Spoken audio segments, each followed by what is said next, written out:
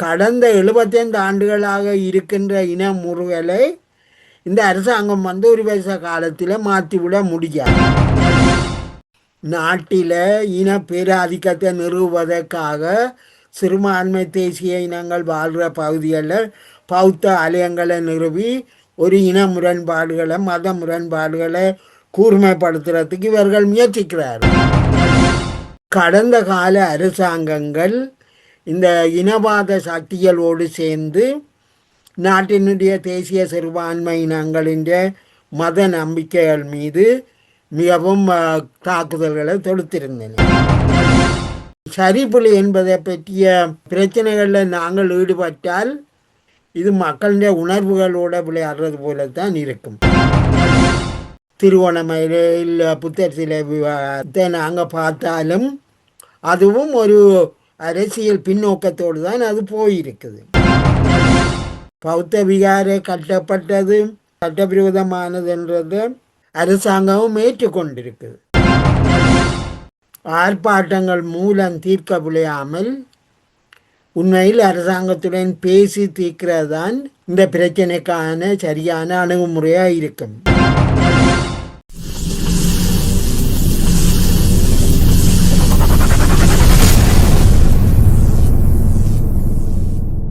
அரசியல் ஆய்வுக்களம் உண்மையோடு தமிழர்களின் உரிமை காக்க உரசிவிடும் தீக்குச்சி என தன்னை நிலைநிறுத்தி தமிழரின் அரசியல் பேசும் களமாக உங்களை தேடி வருகிறது அரசியல் ஆய்வுக்களம். அரசியல் ஆய்வுக்களம். அன்பான உறவுகளுக்கு வணக்கம். நீங்கள் பார்த்துக் கொண்டிருப்பது STS தமிழ் தொலைக்காட்சி. STS தமிழ் தொலைக்காட்சியில் அரசியல் ஆய்வுக்களத்தோடு இணைந்திருக்கிறோம். அரசியல் ஆய்வுக்களத்தோடு எங்களோடு இன்றும் 3 பேரும் அரசியல் ஆய்வாளராக விஸ்வலிங்கம் சிவலிங்கம் அவர்கள் இணைந்திருக்கிறார். வணக்கம் ஐயா. வணக்கம். அழைப்புக்கு மிக்க நன்றி. தாயகத்தில் உண்மையிலேயே சட்டவாளர்களால் சட்டம் மீறப்படுகின்றது, அரசால் சட்டம் மீறப்படுகின்றது. இந்த தையிட்டி புத்த விகாரை என்பது நீண்ட காலமாக நடைபெற்றுக் கொண்டிருக்கின்ற ஒரு விடயமாக இருக்கின்றது. அதில் உண்மையிலேயே அந்த காணிக்குரியவர்கள் கொடுத்து உறுதியோடு போய் கூட நின்றிருக்கின்றார்கள். அந்த வகையிலே இன்று காவல்துறையினர் எடுத்துக்கொண்ட அந்த நடவடிக்கையானது மிக ஒரு கண்டிக்கத்தக்க விடயமாக இருக்கின்றது. இது பற்றிய உங்களுடைய பார்வையோடு. நீங்கள் குறிப்பிட்டது போல தையிட்டி விகாரை பிரச்சனையை நாங்கள் அரசியலாக்காமல் இது ஒரு நீதி பிரச்சனையாக மாற்றினாலே தவிர இது தொடர்ச்சியாகவே போய்கொண்டிருக்க போகிறது. இங்கே நாங்கள் கவனிக்க வேண்டியது என்னென்றால், ஏற்கனவே காணி சொந்தக்காரர்களுடன் பேச்சுவார்த்தை நடத்தப்பட்டிருக்கிறது. அவர்கள் ஓரளவு உடன்பாட்டுக்கு வந்திருக்கிறார்கள்.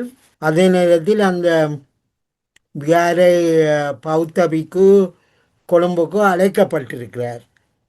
இந்த நிலைமையில் நாங்கள் இந்த பிரச்சனையை ஆர்ப்பாட்டங்கள் மூலம் தீர்க்க முடியாமல் உண்மையில் அரசாங்கத்துடன் பேசி தீர்க்கிறதான் இந்த பிரச்சனைக்கான சரியான அணுகுமுறையாக இருக்கும்.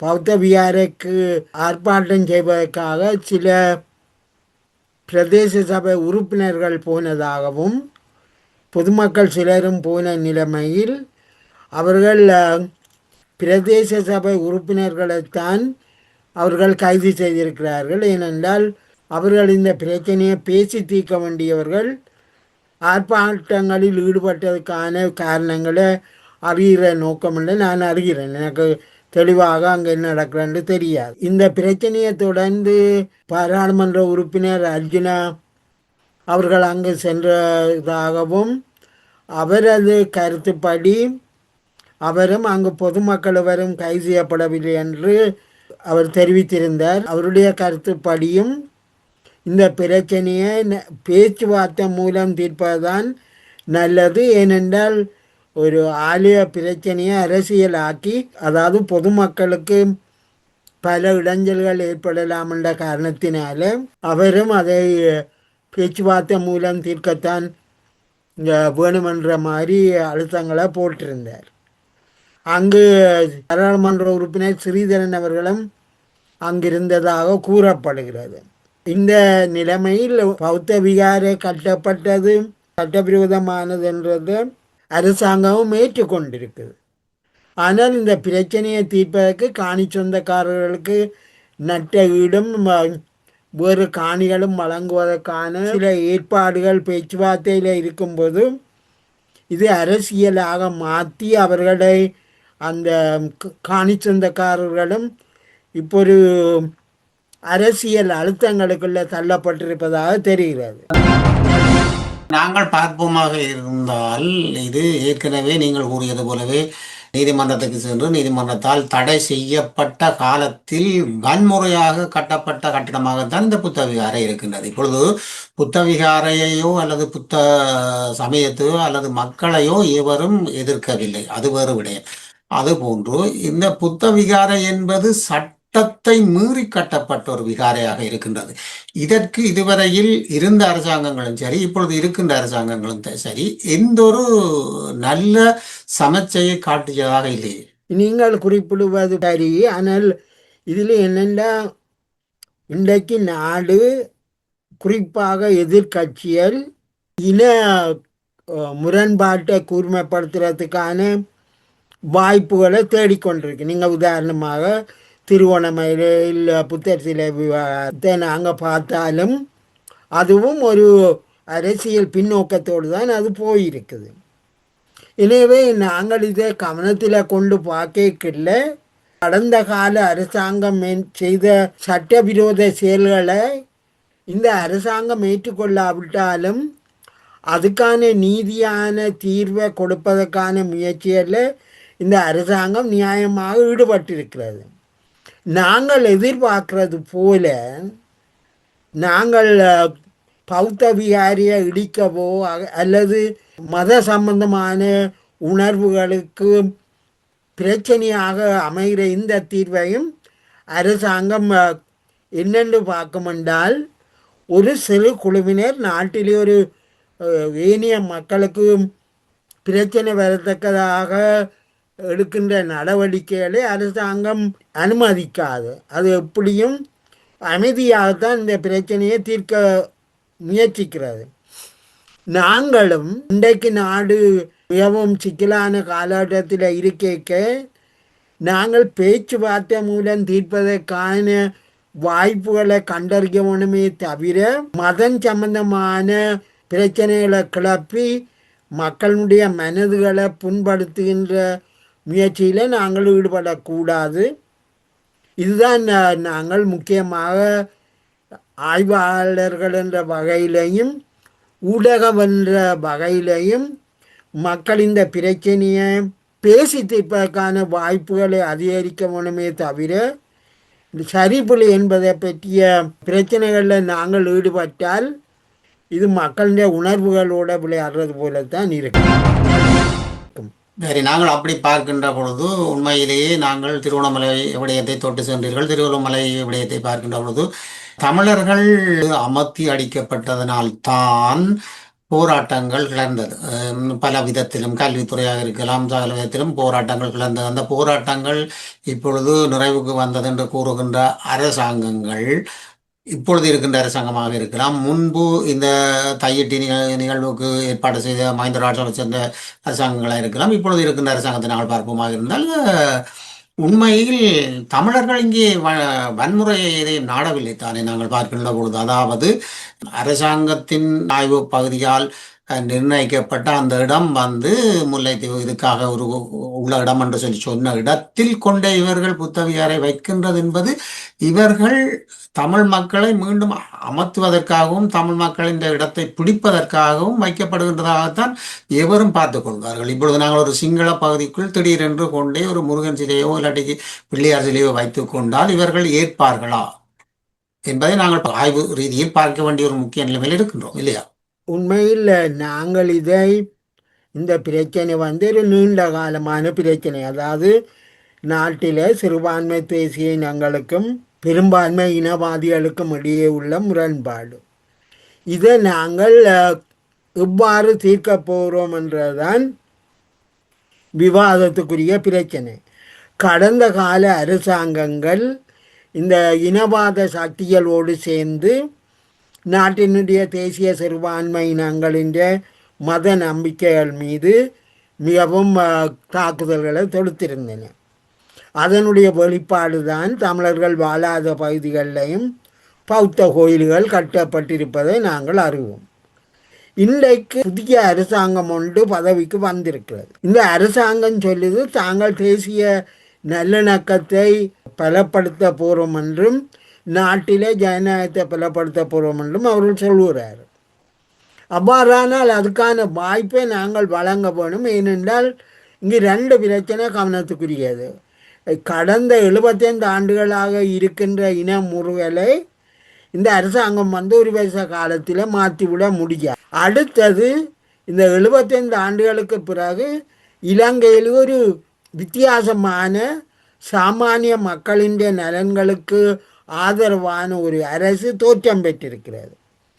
இந்த அரசை கவிழ்ப்பதற்கு இனவாத சக்திகள் வாய்ப்புகளை தேடிக்கொண்டிருக்கிறார்கள். அவர்கள் ஒவ்வொரு முறையும் ஏதாவது ஒரு வகையில் பிரச்சனைகளை கிளப்பி ஒரு இன முறுகலை உண்டாக்குவதற்கான முயற்சிகளில் ஈடுபட்டு கொண்டிருக்கிறார்கள். அரசாங்கம் இதுக்கான வாய்ப்புகளை கொடுக்காமல் தவிர்க்கிறதுக்குத்தான் அது பார்க்கிறது. எனவே நாங்கள் இந்த பிரச்சனைகளை, அதாவது முதல்ல இந்த தேசிய இன பிரச்சனையை தீர்ப்பதற்கும் அரசாங்கத்துக்கு ஒரு வாய்ப்பை கொடுக்கணும். அதே மாதிரி இன முறுகலை தவிர்க்கிறதுக்கு அரசாங்கம் நீதிமன்றங்களை நோக்கி இந்த பிரச்சனைகளை எடுத்து சென்றிருப்பது 2 சாராரும் நீதிமன்றத்தினுடைய தீர்ப்பை ஏற்க வேண்டிய ஒரு நிலைமைக்கு வரும். உதாரணமாக சட்டவிரோதமாக இந்த பௌத்த ஆலயம் கட்டப்பட்டிருக்கிறது என்றால் அதுக்கான உரிய ஆவணங்களை நாங்கள் சமர்ப்பிக்கும் போது நீதிமன்றம் அதனுடைய தீர்ப்பை சரியான முறையில் வழங்கும் என நாங்கள் எதிர்பார்க்கிறோம். அந்த நிலைமைக்கு அப்பால் ஏதாவது பிரச்சனை வரும்போது நாங்கள் அரசாங்கத்தை கோருவது நியாயமாக இருக்கும். இப்பொழுது நீதிமன்றத்தின் தீர்ப்புக்கு அது விடப்பட்டிருக்கிற நிலையில் நாங்கள் அரசாங்கத்துக்கு அந்த வாய்ப்பை கொடுக்கணும். நீதிமன்ற தீர்ப்பு எவ்வாறு அமைகிறது என்பதை நாட்டிலே சமாதானம் விரும்புகிற எல்லாரும் அதை ஏற்றுக்கொள்ளணும் என்று தான் நான் நினைக்கிறேன். மறுபக்கமாக பார்ப்போமாக இருந்தால், நீதி என்பது இலங்கையில் வழங்கப்பட்ட சட்ட வல்லுநர்களால் நீதிமன்றத்தில் வழங்கப்பட்டது புத்த விகாரையை கட்டி எழுப்ப வேண்டாம், இடைநிறுத்தும்படி.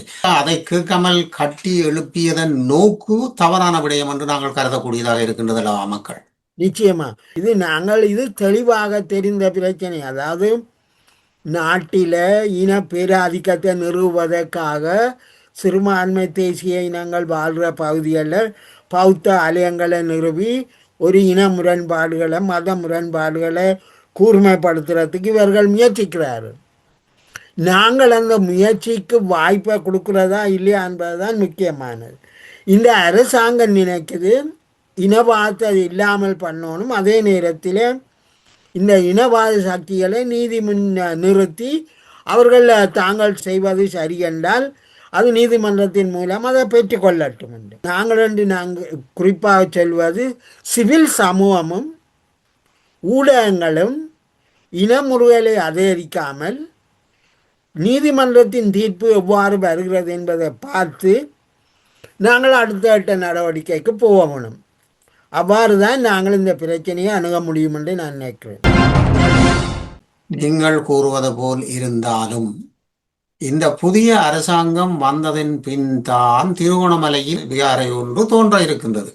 அது ஒரு இரவு அதை தூக்கி சென்று மறு இரவு காவல்துறையினர் கொண்டு வந்து வைத்து புத்த சாசன அடிப்படையில் அதை செயற்படுத்துவதற்கான மும்முரத்தில் இருக்கின்றார்கள். அப்படி பார்க்கின்ற பொழுது வந்த அரசாங்கம் ஜனாதிபதி உண்மையிலேயே ஒரு நீதியின்பால் நடக்க நினைத்தாலும் புத்த சாசனம் இதற்கு இடம் கொடுக்கின்றது போலிலேயே. நீங்கள் குறிப்பிடுவது மிக முக்கியமானது. ஏனென்றால் நீங்கள் சமீபத்தில் பார்த்திருக்கலாம், இந்த புத்த விகார சம்பந்தமான பிரச்சனையில் சிங்கள பௌத்த பேரினவாதிகள் கேள்வி எழுப்புகிறார்கள். என்னென்னா, புத்த மதத்துக்கு அங்கு முதலிடம் வழங்கவில்லை, எங்கே இந்த புத்த சாசன அமைச்சு இருக்கிறதா என்ற கேள்விகளை எழுப்புவினோம். ஏனென்றால் இந்த அரசாங்கம் புத்த மதத்துக்கு போதிய உரிமையை வழங்கவில்லை என்ற குற்றச்சாட்டை அவர்கள் இப்போ எழுப்பத் தொடங்கி இருக்கிறார்கள். உதாரணமாக நீங்கள் குறிப்பிட்டது போல திருவோணமலை விவகாரத்தில் இந்த பிரச்சனை தொடர்பாக அரசாங்கம் அதை நீதிமன்றத்துக்கு சமர்ப்பித்தது தொடர்பாக சிங்கள பௌத்த பேரினவாதிகள் அதில் பெரிய சந்தோஷமாக இல்லை. ஏனெனில் அவர்கள் நினைக்கிறார்கள் இலங்கையில் பௌத்தத்துக்கு முதலிடம் இருக்கிறபடியாக புத்த சமயம் தொடர்பான முடிவுகளை புத்த சாசன அமைப்பு எடுக்கணும், இது அரசாங்கம் அதுக்கு சார்பாக இல்லை என்ற குற்றச்சாட்டு இப்போ வர தொடங்கியிருக்கிறது. இதை நாங்கள் பார்த்தோமே இருந்தால் இந்த அரசாங்கம் புத்த மதத்துக்கு உரிய இடத்தை வழங்கவில்லை என்ற குற்றச்சாட்டு இப்போது படிப்படியாக வர தொடங்கி இருக்கிறது. ஏனென்றால் அரசாங்கம் நினைக்குது ஒரு சின்ன குழுவினர் நாட்டில் ஒரு இனக்கலவரத்தை ஏற்படுத்துறதுக்காக எடுக்கிற முயற்சிகளை முறியடிக்க வேணுமென்றால் முதல்ல நீதிமன்ற தீர்ப்பை அறிஞ்ச பிறகு அதுக்கு அடுத்த நடவடிக்கையாக போகிறது ஒரு நீதியான நடவடிக்கையாக இருக்கும் என்பதற்காக. நீங்கள் குறிப்பிடுவது போல அரசாங்கம் நீதிமன்றத்தின் கைகளில் போட்டுட்டு இந்த பிரச்சனையை கைவிட பார்க்கிறதா என்ற கேள்வி நிச்சயமாக உண்டு. நாங்கள் அதை பொறுத்திருந்துதான் பார்க்கணும்.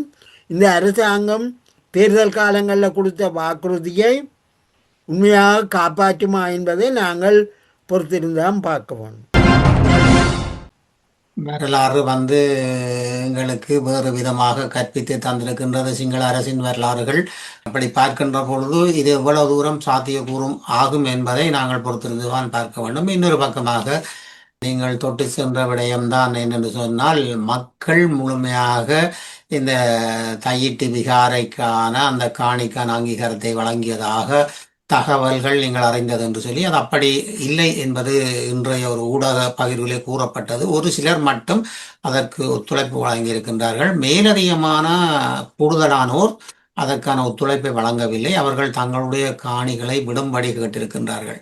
இந்த சட்ட விரோதம் என்பதில் பார்க்க அந்த ஒரு இளம் நங்கை அங்கே கேள்வி எழுப்பி இருக்கின்றார். என்னென்று சொன்னால், நீங்கள் எங்களுடைய வீடுகளின் கூரையில் கூட புத்தர் சிலையை கொண்டு வந்து வைத்துவிட்டு போவீர்கள், நாங்கள் பார்த்து கொண்டிருக்க வேண்டுமா என்று சொல்லி அந்த காணியின் ஒரு உரிமையாளரின் ஒருவரான இளம் ஒரு பெண் கேள்வியை எழுப்பியிருக்கின்றார்.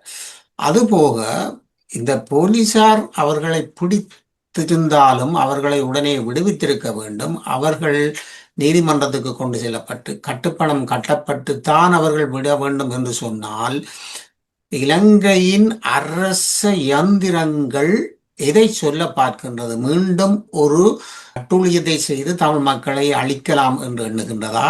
உங்களுடைய ஆய்வு பகுதியில் நீங்கள் அதை எப்படி பார்க்கின்றீர்கள்? 2024 ஆண்டுக்கு பிற்பாடு இலங்கையில் தோற்றம் பெற்றிருக்கிற அரசு கடந்த கால அரசாங்கங்கள் போல அல்ல என்பதை நாங்கள் புரிந்து கொள்வோம். முழுதாக இந்த அரசாங்கம் ஒரு முக்கியமான மாற்று தளம் ஒன்றை தோற்றுவிக்க ஆரம்பித்துள்ளது. இந்த அரசாங்கத்தினுடைய முதலாவது பேச்சிலேயே இலங்கையில் இனவாதம்தான் தேசிய இனங்களுக்கு மத்தியில் நல்லுறவை இல்லாமல் செய்திருக்கிறது என்பதை ஜனாதிபதி கூறியிருக்கிறார். நாட்டில் இனங்களுக்கிடையே நல்லுறவை வளர்க்கணும், நாட்டில் ஜனநாயக கட்டுமானங்கள் பலப்படுத்தப்பட வேணும், சட்டப்படியான ஆட்சி நாட்டில் பலப்படுத்தப்பட வேணும் என்கின்ற கருத்துக்களைத்தான் ஜனாதிபதி கூறியிருக்கிறார். இவை கடந்த கால அரசாங்கங்கள் அவ்வாறு கூறியதில்லை. எனவே நாங்கள் இந்த அரசாங்கம் மற்றது கன விதங்களில் இந்த அரசாங்கம் புதிய ஒரு அரசாங்கம். இந்த அதிகார வர்க்கத்தின் கடந்த காலத்தில் சென்னாயக்க குடும்பம், ஜெயவர்தன குடும்பம், பண்டாரநாயக்க குடும்பம், மஹிந்த குடும்பம் என்ற அந்த குடும்ப ஆட்சி போய் ஒரு சாமானிய மனிதனை சாமானிய மக்கள் தங்களுடைய வாக்கு பலத்தாலே பதவிக்கு கொண்டு வந்திருக்கணும். எனவே அதுக்கான வாய்ப்பை நாங்கள் கொடுக்கணும். அதாவது நாட்டில் இனவாதம் இல்லாமல் சகல சமூகங்களும் ஒற்றுமையாக வாழக்கூடிய ஒரு வாய்ப்பை தோற்றுவிக்கணும். நாங்கள் தொடர்ந்தும் சந்தேகங்களை விதைத்து கொண்டிருந்தால் நாங்கள் தொடர்ச்சியாகவே ஒரு போருக்குள்ளே தான் வாழ்ந்து கொண்டிருக்க வேண்டி வரும். இது எந்த மக்களுக்கும் அது ஒரு நல்ல எதிர்காலத்தை கொடுக்காது.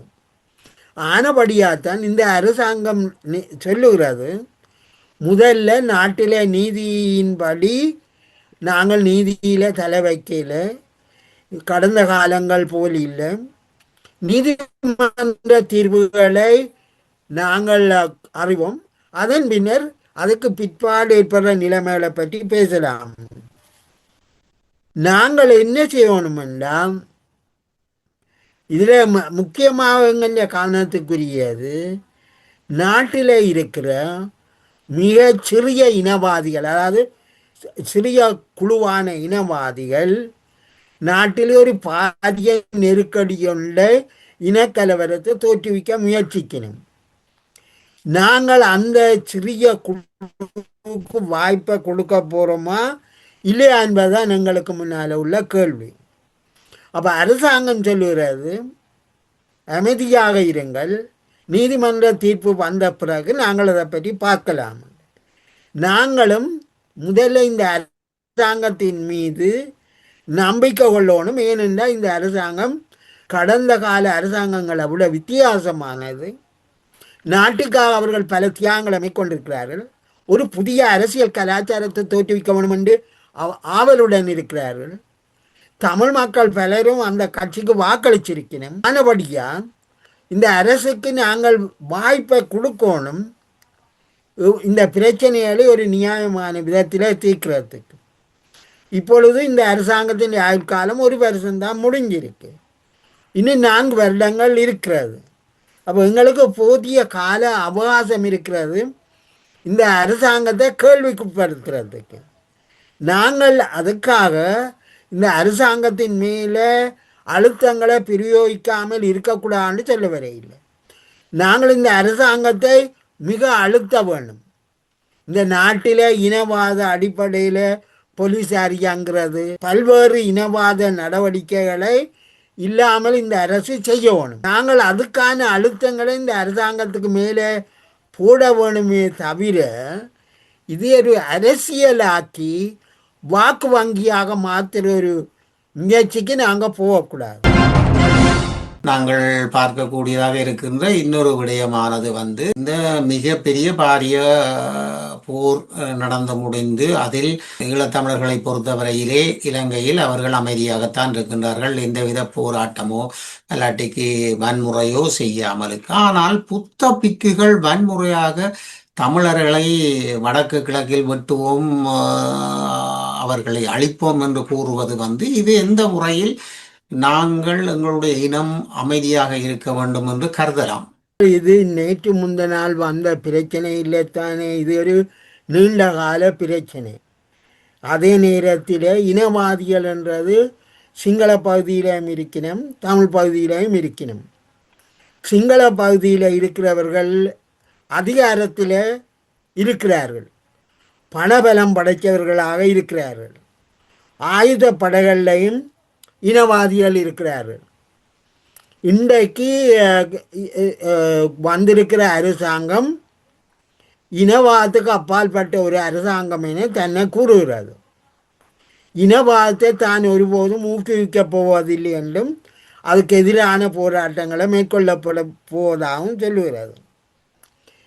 இந்த அரசாங்கம் ஒரு புதிய அரசாங்கம் தேசிய நல்லிணக்கத்தை தோற்றுவிப்பதற்கான முயற்சியில் நேர்மையாக இறங்கி இருக்கிறது. நாட்டின் சகல சிறுபான்மையினங்களும் இந்த அரசாங்கத்துக்கு பலமான ஆதரவை 2024ஆம் ஆண்டு தேர்தலில் கொடுத்திருக்கணும். அந்த அடிப்படையில் நாங்கள் இந்த அரசாங்கம் இந்த இனவாதிகளுக்கு எதிரான போராட்டங்களை எவ்வாறு நடத்தி செல்கிறது என்பது குறித்து நாங்கள் அவதானிக்க வேணும். உதாரணமாக நீங்கள் கேட்டது போல சில பௌத்த பிக்குகள் தமிழர்களுக்கு எதிராக வெட்டுவோம் கொத்துவோம் அப்படியெல்லாம் பேசுகிறார்கள். ஆனால் உங்களுக்கு தெரியும், பலர் விரைவில் சிறையில் அடைக்கப்பட போகின்ற நிலைமையும் இருக்கிறது. இவ்வாறான ஒரு நிலைமை கடந்த காலங்களில் ஏற்பட்டதில்லை. நாங்கள் எதிர்பார்க்கிறது போல வேகமாக மாற்றங்கள் ஏற்பட வேண்டும் என்று எதிர்பார்க்க முடியாது. ஏனெனில் நாட்டில் பாதிக்கு மேற்பட்ட மக்கள் இன்னமும் இனவாத சக்திகளின் பிடியில தான் இருக்கிறார்கள். எனவே நாங்கள் இதை மிகவும் கவனமாக கையாள்வதுதான் எதிர்கால சந்ததிக்கும் நாங்கள் இந்த போர்கள் பிரச்சனைகளை கையெழுத்து போகக்கூடாது என்றால் நாங்கள் இந்த பிரச்சனைகள் தொடர்பாக அமைதியான முறையில் அணுக வேண்டும். அதின் கருத்து நாங்கள் இந்த அரசாங்கத்துக்கு என்ற அதாவது எல்லாத்துக்கும் நாங்கள் மௌனமாக இருக்க வேணும் என்றதல்ல, அரசாங்கத்தை அழுத்த வேணும். அரசாங்கம் வாக்குறுதிகளை கொடுத்திருக்கு. நாட்டில் தேசிய சமாதானத்தை கொண்டு வர போகிறோம், பயங்கரவாத தடை சட்டத்தை எடுக்க போகிறோம், இனங்களின் நல்லுணர்வை வளர்க்க போகிறோம், புதிய அரசியல் யாப்பை கொண்டு வர போகிறோம், தேர்தலை மாகாண சபைக்கான தேர்தலை வைக்க போகிறோம். இவைகள் எல்லாவற்றையும் நாங்கள் அரசாங்கத்தை அழுத்த வேணும். நீங்கள் காலங்கடத்தி இதை இல்லாமல் பண்ண போறீர்கள், கொடுத்த வாக்குறுதிகளை நிறைவேற்றுங்க வேண்டும். புத்த சாசனம் என்பதை நாங்கள் பார்க்க போவதாக இருந்தால் இந்த அரசாங்கம் காலப்போக்கில் இந்த புத்த சாசனம் என்ற கொள்கையை மாற்ற வேண்டிய ஒரு சூழ்நிலை இருக்கின்றது. உதாரணத்துக்கு பல்லின சாசனம் அல்லது ஏதாவது அதுக்கு ஒரு மும்மதங்களும் இருக்கின்ற ஒரு இடத்தில் புத்த சாசனம் என்று வைக்கின்ற பொழுது அது புத்தர்களுக்காகவே புத்தரின் பிக்குகளுக்காகவே அது அமைக்கப்பட்டது போல் ஒரு தோற்றப்பாடு இருக்கின்றது அல்லவா? நாங்கள் இதிலே பார்க்க வேண்டியது சிங்கள மக்களில் கணிசமான பிரிவினர் தேசிய நல்லிணக்கத்துக்கு ஆதரவாக இருக்கிறார்கள். அவர்கள் இனவாத அடிப்படையில் பிரச்சனைகள் எழக்கூடாது என்பதில் அவர்கள் கவனமாக இருக்கிறார்கள். ஏனெனில் இந்த இனவாத பிரச்சனை தேசிய பொருளாதாரத்தை இன்றைக்கு வங்குரோத்தின் நிலைமைக்கு தள்ளி இருக்கு. தமிழ் மக்கள் சிங்கள மக்கள் மத்தியில் இருக்கிற சந்தேகங்களை இல்லாமல் பண்ணுற, அதாவது அவர்கள் சிங்கள மக்கள் நினைக்கிறார்கள் இவர்கள் தனி நாடு கோரித்தான் இந்த பிரச்சனைகளை கிளப்புகிறார்கள். அப்போ தமிழ் அரசியல்வாதிகளுக்கு ஒரு கடமை இருக்குது. நாங்கள் இனவாதிகள் அல்ல, பிரிவினைவாதிகள் அல்ல, நாங்கள் இந்த ஐக்கிய இலங்கைக்குள் தான் இந்த பிரச்சனைகளை தீர்க்கப் போகிறோம் என்பதை சிங்கள மக்கள் நம்புகிற வரையும் இந்த இனவாத சக்திகளும் இருக்க போகிறார். எங்களுக்கு முன்னால் உள்ள கேள்வி, இலங்கை முழுவதும் இப்பொழுது ஏற்பட்டு வருகிற ஒரு சமாதான சூழ்நிலையை இன்னும் பலப்படுத்தி தேசிய நல்லிணக்கத்தை பலப்படுத்தினால்தான் இந்த இனவாத சக்திகளுடைய பலத்தை நாங்கள் இல்லாமல் செய்யணும்.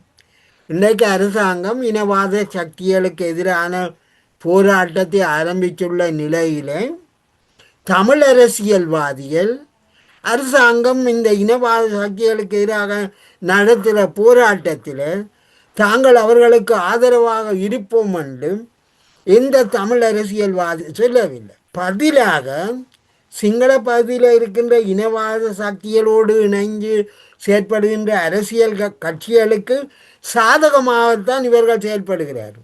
பல ஆண்டுகளாக நிலைவார இந்த பிரச்சனையை ஒரு சில வருடங்களுக்குள்ள தீர்க்கிறார். ஆனபடிக்க ஒரு சமாதான சூழ்நிலை வரணும், மக்கள் பொருளாதார ரீதியாக பலமான நிலைக்கு வர வேணும், தேசிய இனங்களுக்கு மத்தியில் இனவாத அடிப்படைகள் இல்லாமல் பண்ண வேணும், நாட்டில் ஜனநாயகம் பலப்படுத்தப்பட வேணும், நாட்டில் சட்டப்படியான ஆட்சி நிலவ வேணும், நாட்டிலே சகலருக்கும் சட்டத்தின் முன் சமம் என்ற அடிப்படை தோற்றுவிக்கப்பட வேண்டும். நல்லது. நீங்கள் சிறப்பான ஒரு அரசியல் ஆய்வாளராக மிக நீண்ட காலமாக உங்களுடைய பணியை செய்து வருகின்றீர்கள். அந்த வகையிலே இன்று அரசியல் ஆய்வுக்களத்தில் இது போன்ற விடயத்தில் நீங்கள் கலந்து சிறப்பித்தமைக்கு நன்றிகளை கூறிக்கொள்கின்றோம் ஐயா. நன்றி, வணக்கம். நன்றி. இந்த மாதிரியான வாய்ப்புகளை எனக்கு தந்ததுக்கு தொடர்ந்தும் இந்த கலந்துரையாடலில் கலந்து கொள்ள ஆர்வமாக இருக்கிறேன் என்று தெரிவித்து விடைபெறுகிறேன். நன்றி. நல்லது. நல்லதுறவுகளை நீங்கள் இதுவரை பார்த்தது அரசியல் ஆய்வுக்களம். அரசியல் ஆய்வுக்களத்தில் அடுத்த வாரம் நாங்கள் தொடரும் வரை உங்களிடமிருந்து விடைபெறுகின்றோம். நன்றி, வணக்கம்.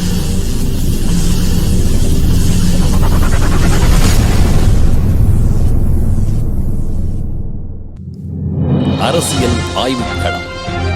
உண்மையோடு தமிழர்களின் உரிமை காக்க உரசிவிடும் தீக்குச்சி என தன்னை நிலைநிறுத்தி தமிழரின் அரசியல் பேசும் களமாக உங்களை தேடி வருகிறது அரசியல் ஆய்வுக் களம். அரசியல் ஆய்வுக் களம்.